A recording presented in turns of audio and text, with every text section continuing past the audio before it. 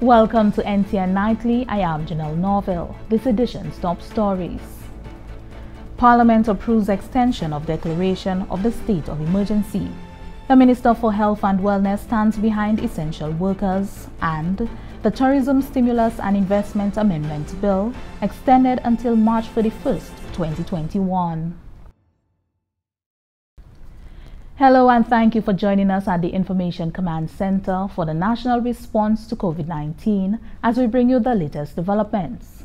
Parliament has approved a motion for the extension of the declaration of the state of emergency for an additional period commencing from the 27th of April 2020 and ending on the 31st day of May 2020 in accordance with Section 17(6) of the Constitution of St. Lucia, Cap 1.01, the Constitution of St. Lucia, Resolution of Parliament approving declaration of state of emergency passed as statutory instrument number 40 of 2020 that approved the state of emergency that was published in the Gazette on the 23rd day of March 2020 as statutory instrument number 39 of 2020 containing a declaration that a public emergency has arisen as a result of the occurrence of 2019 nCoV, an infectious disease commonly known as COVID-19, for a further period of 26 days, commencing from the 31st day of March 2020 and ending on the 26th day of April 2020.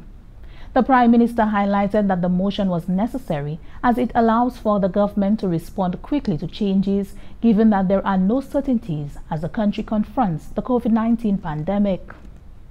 COVID is not necessarily a death sentence.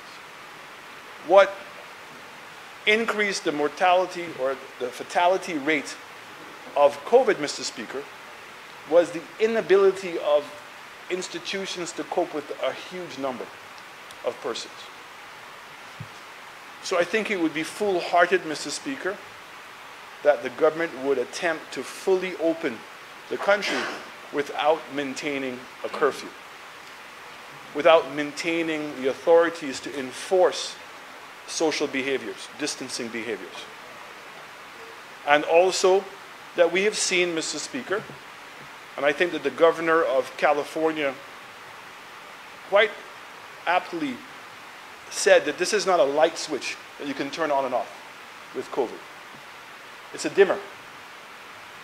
And you're constantly tinkering with the dimmer to find that right level of measurement. And it's that ability to move up and down very quickly that is the authorities that are given under the Emergency Act that allows the government to move very quickly with the necessary enforcements. The Prime Minister, noting the importance of the motion, called for the support of opposition members. There are countries like Taiwan, Mr. Speaker, and Singapore that have shown us that we can coexist with COVID, that you can open up your economy.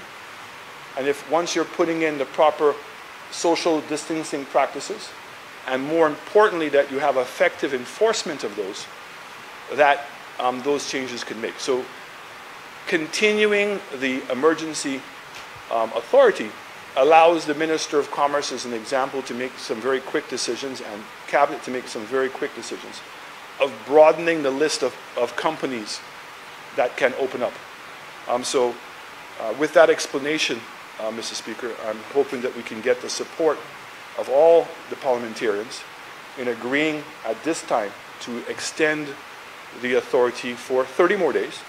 Again, Parliament is not being asked to extend it by 12 months or 6 months or 3 months, but simply by 30 days in the hopes at the end of the 30 days that we see some level of resolution globally. But sadly, Mr. Speaker, we're seeing that many countries in the world are still grappling and fighting the impact of COVID, and it is still a major threat, not only to the world, but also to us in the region and here in St. Lucia. That was Prime Minister the Honorable Alan Chasney. The Minister of Health and Wellness during the sitting of Senate provided an update on the undertaking of the Department of Health and Wellness to combat COVID-19. She noted that these are critical times and expressed gratitude to the frontline workers for their commitment and sacrifice. The minister also made a plea for a collaborative approach in the fight against the COVID-19 pandemic. More in this report. Senate convened on Thursday, 23 April 2020, where Leader of Government Business and Minister for Health and Wellness, Senator Honorable Mary Isaac, provided an update on initiatives undertaken by the Department of Health and Wellness as it continues to fight the COVID-19 pandemic. Senator Honorable Isaac highlighted that the department in the first instance was given a budget of $31 million, a budget that she indicated will be surpassed given the current expenses. We were recommending that people get house quarantined. That was not working out, so we had to talk to the hotels, and thanks to the managers and the owners of these hotels who came forward and agreed to allow us to use some of their facilities for us to do the take quarantine measures as needed. Our cruise ship workers, of course, we transported our Cuban medical personnel from Cuba to St. Lucia. We had to charter a flight. All of that cost a lot of money that we did not budget for. We also are looking at bringing home the cruise ship nationals. We do not know whether the cruise ships will agree to support transporting them home, although they have that responsibility, but we are not depending on them. If we can, do it in a way that is faster for them to get home, because remember, these are our daughters, brothers, sisters, children who have been out there floating for a very long time. So their state of mind and everything else is of paramount importance to us as a government, and we are making every effort to try and bring them home as quickly as possible. Because so many borders are closed, it is proving to be very challenging, but we have our ambassadors in the diaspora working to try and make that happen. The minister added that the Department of Health and Wellness has received much needed support from various entities, including the Pan American Health Organization, PAHO, European Union, and United Nations, to name a few, as well as corporates in Lucia. The minister also called for a bipartisan approach in the fight against the COVID-19 pandemic. Senator Honorable Isaac commended frontline workers, reassuring them of her full support. Let us just, everybody, hands on board, get all the hands on deck. If there is an issue, please bring it to our attention. Feel free, you are part of government, and let us deal with it. Because the back and forth during COVID is really absolutely not necessary. We cannot deal with that right now. And Madam President, people are asking, where is the Minister of Health? Here I am today. I am at all the PAHO meetings online. I sit at my home and I stream on Zoom all day long, into the night, Saturdays and Sundays, Madam President. And you know what they say about a good man? They say a successful man has a good woman behind you. In this case, my frontline workers are the successful men. And this woman is behind them, giving them the support they need. As of April 22, 2020, St. Lucia has recorded a total of 15 confirmed cases. However, all cases have since recovered, placing St. Lucia at a 100% recovery of all COVID-19 cases. The Tourism Stimulus and Investment Amendments Bill has been approved by the Parliament. This bill provides an extension of the application period for an approved development for a year ending March 31, 2021. Minister for Tourism, Information and Broadcasting, Culture and Creative Industries, Honorable Dominic Fede, indicated that there is a need to review and restructure legislation as more local entrepreneurs are gravitating towards the tourism sector. Anicia Antoine tells us more. The Tourism Stimulus and Investment Act, adopted in 2014, supports the further development of St. Lucia's tourism sector, allowing for special incentives, tax relief, and exemptions for proposed, new and existing tourism projects and related matters. At the convening of Parliament on Tuesday, April 21st, the Tourism Stimulus and Investment Amendment Bill was passed to provide for an extension of the application period for an approved development for an additional year to end March 31st, 2020. Minister for Tourism, Information and Broadcasting, Culture and Creative Industries, Honorable Dominic Fede, noted that the government recognizes the need to revise legislation as the participation by local entrepreneurs in the tourism industry increases. What we're trying to do, Mr. Speaker, is to build on the great success that we've had in the last year. We've seen not only unprecedented arrival numbers, but we see, Mr. Speaker, as well, unprecedented number of locals getting involved in tourism from the entrepreneurial level. And that, to me, Mr. Speaker, is the clear winner, and that is the game changer. So, Mr. Speaker, as we see platforms like VRBO and Airbnb and Expedia, Mr. Speaker, it does open up the opportunity for several locals to get involved in the business. And what we've done, Mr. Speaker, is to do a more active job in promoting to locals the opportunities that exist for them to get concessions. The minister highlighted the importance of ensuring proper dissemination of information on various incentives that are available to small businesses. A well-known guest house in the north of the island, which exists for many, many years. The owner built it some 30 years ago and started with about 4 to 5 bedrooms. Mr. Speaker, today that guest house, they've built a restaurant, they've put on a pool. And Mr. Speaker, they've done so all with their own money, with not a single piece of concession from the government, because no one bothered to tell them that they qualified for that level of incentive. And so, Mr. Speaker, what we have decided is that this should never happen in the history of tourism development in this country again. We have to make sure, Mr. Speaker, that a good job is done in making sure that everyone knows about the various incentives that are available to them. Minister emphasized the importance of ensuring a more accurate measurement of the contribution of tourism to the development of the economy so as to allow for more informed policy decisions.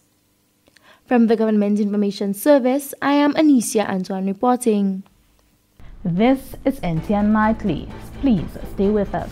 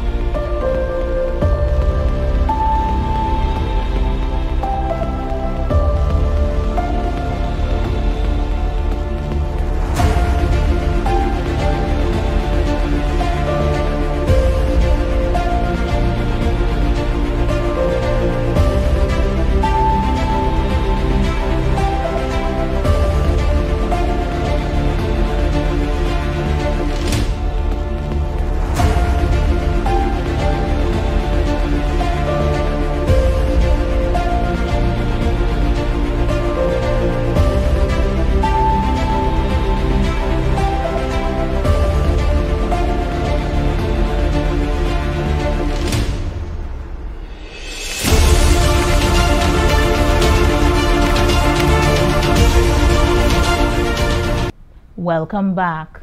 The St. Lucia Solid Waste Management Authority wishes to advise the public that all residents will continue to receive one residential waste collection per week until advised otherwise.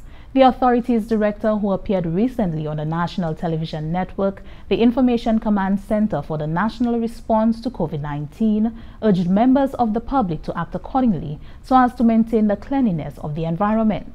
We get details in this report. The St. Lucia Solid Waste Management Authority has adjusted the waste collection services throughout the island to be provided on a limited basis due to the COVID-19 pandemic.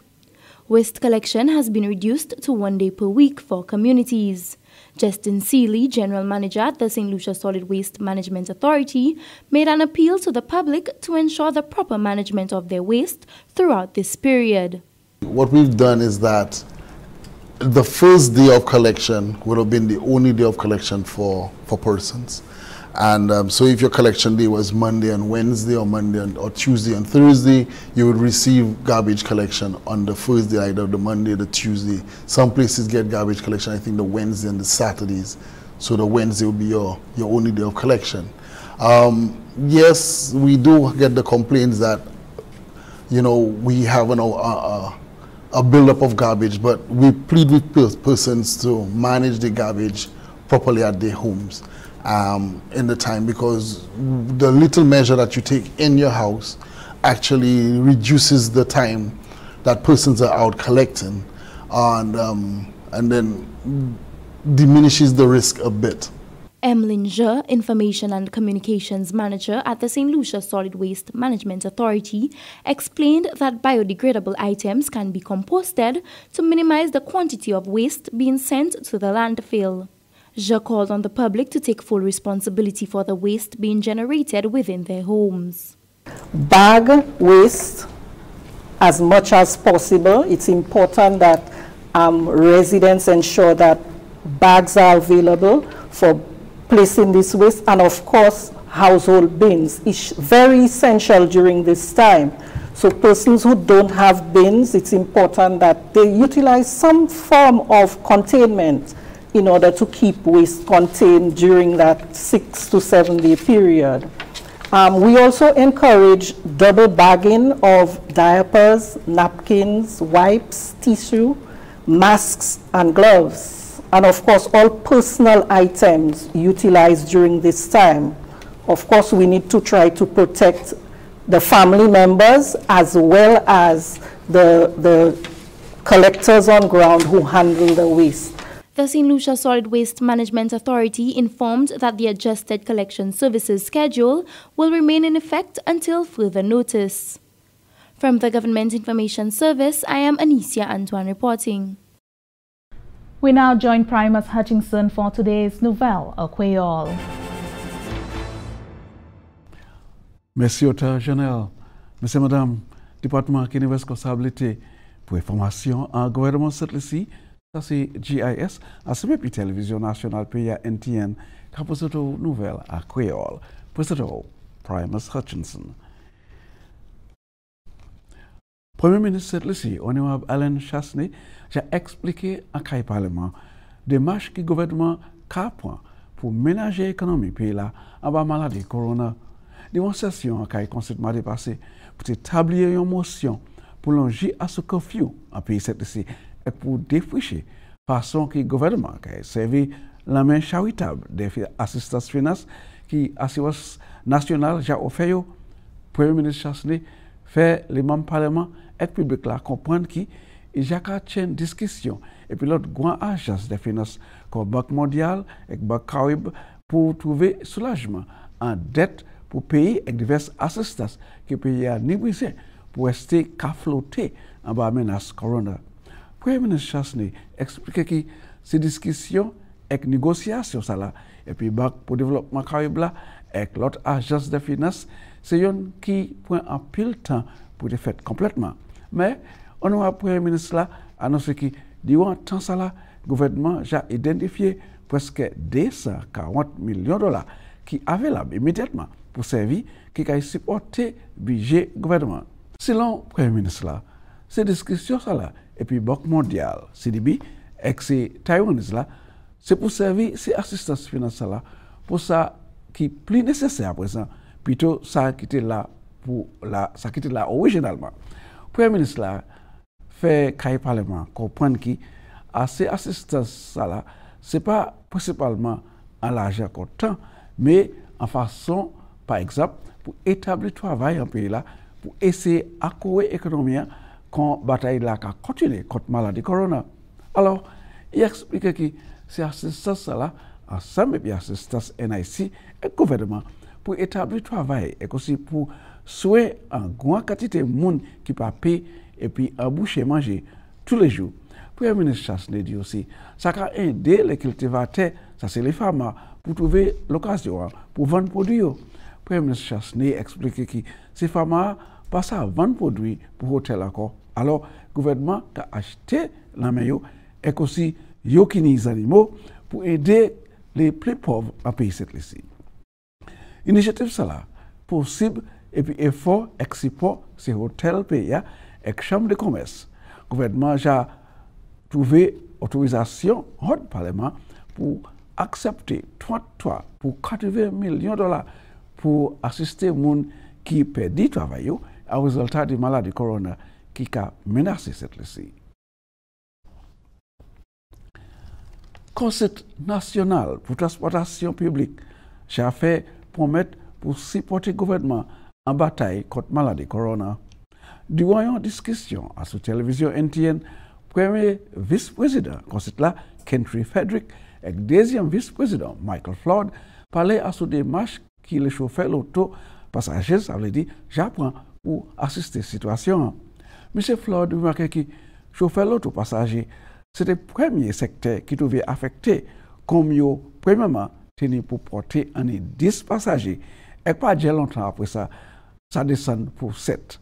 Flood fait comprendre que sacrifice ça là, c'est un qui est très critique, comme les chauffeurs ni pour dépenser plus pour gasoline et l'autre nécessité pour l'auto. Mais selon Flood, je suis d'accord pour continuer à supporter en toute façon. So là, où les bus drivers qui pèdent en chai, mais you're still d'accord pour continuer chai pour ensure that nos docteurs, c'est sécurité, c'est mon travail, c'est l'hôpital. Oui, travail essentiel, pour côté aussi pour aller. Un gros sacrifice nous avons fait. OK, et nous avons continué à faire pour tout le temps COVID-19 là. Ça c'est contribution nous pour nation. Premier vice-président du Conseil national pour transportation publique, Kentry Frederick, déclaré que ça qui a fait plus plaît et apporter plus croyance, c'est la pièce chauffeur l'auto qui a testé positif pour maladie corona. Et m'a besoin plus passer ça. Parce que même si vous pas de point soyez, mais là on demande un homme qui a soin kaili pour tirer 14 moun, pour mener pour 10 moun, il n'est pas commencer à chiller. Là où aller sort hot 10 moun pour descendre pour 7 moun, si pour côté chiller, il est obligé de chiller. Bon, un même jour ça fait là, où réaliser moun passe à sortir vieux fort, monter casserie. So même si il était chiller, il pour côté point sortir, il n'est pas point sortir. So ça moi je voulais faire c'est pour oui messieurs toutes gens cette ici. Pas juste minibus drivers, c'est moun qui a battu bus là sort vieux fort aller n'importe côté. Vous on est des moun ou savent qui a timide habitant. Mais majorité moun corporate et nous et ces minibus drivers you fait as much as you te savent fait. Autorité pour ménagement zodi en cette ici, j'ai pris action pour protéger travailleurs, particulièrement yo qui a bossé l'auto qui a amassé zodi au lieu cette ici. Gérer des communications et communication en autorité, Mme Emeline Jean, déclaré que en bas condition maladie corona, il était venu nécessaire pour établir une règle pour protéger les travailleurs. Alors, pour raison ça, la journée a une réduction à ce jour autorité qui a amassé zodi en pays. Premier, ça nous fait nous amasser zodi une fois par semaine à chaque commune. So, moun ni pour prendre précaution pour assurer zodi placer des voies pour truck amasser une fois par semaine. J'ai expliqué qui service là pour mardi, pour vendredi, quand mardi seulement à présent, mercredi pour samedi, quand seulement mercredi à présent, et que moun qui te ka trouver zodi amassé 3 fois par jour, quand trouver service là lundi seulement. Et la style teni moun qui te ka joindre tous les jours, lundi, mardi, mercredi, jeudi, vendredi, samedi. So you can joindre tout seul les lundi. So c'est une fois. So les nous really catchile c'est les lundi, mardi et mercredi nous ka amasser zodi en pays. Et monsieur mesdames, avant nous bout nouvelle là, te me faut changer qui malgré nouvelle là qu'a dit qui nous pas ni maladie corona après ça tout test tout monde qui trouvé tester ces 15 là tout trouvé quoi négatif yo pas ça encore ça pas veut dire on est pour aller va après ça on est pour continuer qu'à servir masse féjayo qu'à servir sanitizer et qu'après toute qualité précaution et chaîne distance sociale parce que ça pas veut dire toute bagaille ça de sauve. Eh bien c'est comme ça nous avons une nouvelle là monsieur madame moi remercie autant pour regarder, moi qui invite pour gérer puis moi considérer conserver la vie, les présenter l'autre nouvelle à Creole. Je souhaite tout le monde un bon finissement de semaine et pour bonne précaution. Et ça c'est le mon préféré présenter Chanel. Mercy Appeal Primus. As an agency of the state, the Department of Labor is committed to the national effort in fighting the COVID-19 dilemma. Therefore, the department has adopted the policies and protocols issued by the state regarding state of emergency, partial shutdown of economic activities, including the social distancing practices. Therefore, out of an abundance of caution and to protect staff and the general public, it is hereby advised that as a precautionary measure, the department has suspended its face-to-face interactions with the public until further notice. However, in an effort to continue providing service to its customers, the department wishes to advise the public that officers of the department can be reached at the telephone numbers listed below. Industrial Relations Unit 720-8445, 720-1838, 720-8437, 720-8436, 716-1934, and 720-8429. Work Permit 716-2153. Occupational Safety and Health 460-0808 or 720-1832. Employment Canadian Farm Program 716-0857 or 720-1937. Additionally, queries can be sent to email address labordepartmentslu@gmail.com. And that brings us to the end of NTN Nightly. Join us next time at 7 p.m. with a repeat at 7 a.m. You can also catch up with us anytime on the St. Lucia Government Facebook page or YouTube channel. I am Janelle Norville.